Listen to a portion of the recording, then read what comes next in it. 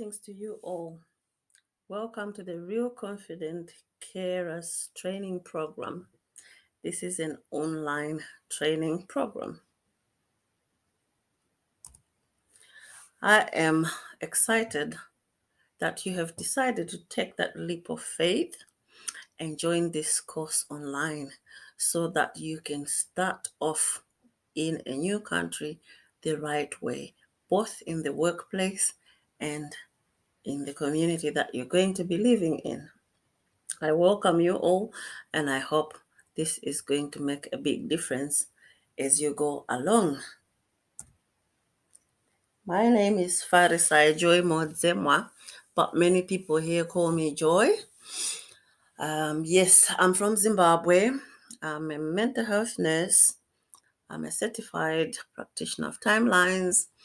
I'm a life coach, public speaker, but my greatest passion is in facilitating transition, integration, and adaptation in this country for carers who are just arriving. At this point, I'm talking about carers on the sponsorship certificates. Now, I'm going to talk to you about the different areas that I'm going to cover to help you to settle down properly, to help you to integrate properly and adapt your way into becoming a carer of excellence. And that is a very confident carer.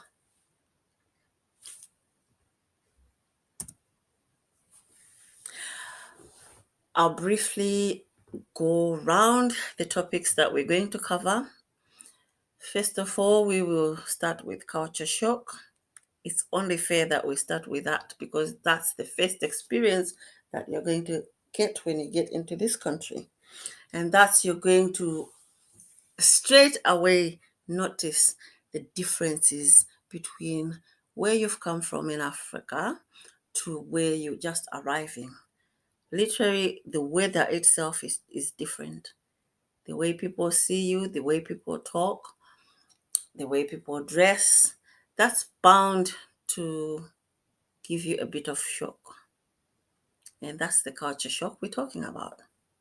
Secondly, we're going to talk about settling in, and we're going to talk about the challenges that you might face, and then talk about how you can tackle those challenges so you settle in properly. And then integration. This is highly necessary because integration is about you availing yourself to be received properly and at the same time also being willing to accept the people that you are meeting here, the lifestyles that you are witnessing here. It's all about adaptation and willingness to make the necessary changes where they are needed. It's a two-way traffic. And then we're going to talk about safety and professional conduct. That's both in the work arena and in your personal life. There are certain things that you might think are okay to do in your personal life that will actually affect your professional conduct, and that will also affect your safety. And on the flip side, it would also affect other people, those that you're looking after, those that you're working with, those that you're befriending. And I encourage you to make time for reflections as you go along, looking back to where you've been, where you're at, and where you're headed, seeing what you've done well and what you've not done very well, seeing what you found easy and what you've struggled with, so that you make necessary adjustments or do the necessary investigations or research. And then I would advise you, encourage you to celebrate yourself as well as you're going along, just like reflecting. As you're reflecting on the milestones that you've covered, you should celebrate them because some people don't manage it. So if you're here today and you're waking up each morning able to go to work, able to master the energy to do what you need to do, then celebrate that. Every step you're taking is an achievement. Some people will never tell you this. And then we're going to talk about striking a balance, work life and personal life. You're not going to get phases delivered to you where you're going to be told this slot of time is about you dealing with your personal life, and then this slot of time is about you dealing with your work life. You're going to have to divide your time each day between those two facets of your life, the home front and the work front, and strike a balance so that you do not put both sides at disadvantage. And then we're going to go over interesting and sometimes hilarious myths that's been spread around the country, that's been spread around the world, that are not really true. And then the buy one get one free theory. That's where shopping gimmicks come in, where you are literally enticed by words to buy things, and sometimes things that you don't really need. And sometimes you buy them because there's a discount, but you actually don't need. Or you buy because they say if you buy one, you get one free. But I tell you, nothing is for free. Then we go to the practicals and the creative solutions. As you go along, you're going to face challenges. You're going to find yourself faced with hurdles that you're going to need to jump over, sidestep, go under whatever works, whatever gets you where you need to get to. And these, you will need strategic pathways or strategies to overcome them. We're going to go over a list of suggestions that might kickstart your progress or that might help you as you go along. And finally, and most importantly, I will stress your mental space. Your mental health is your wealth.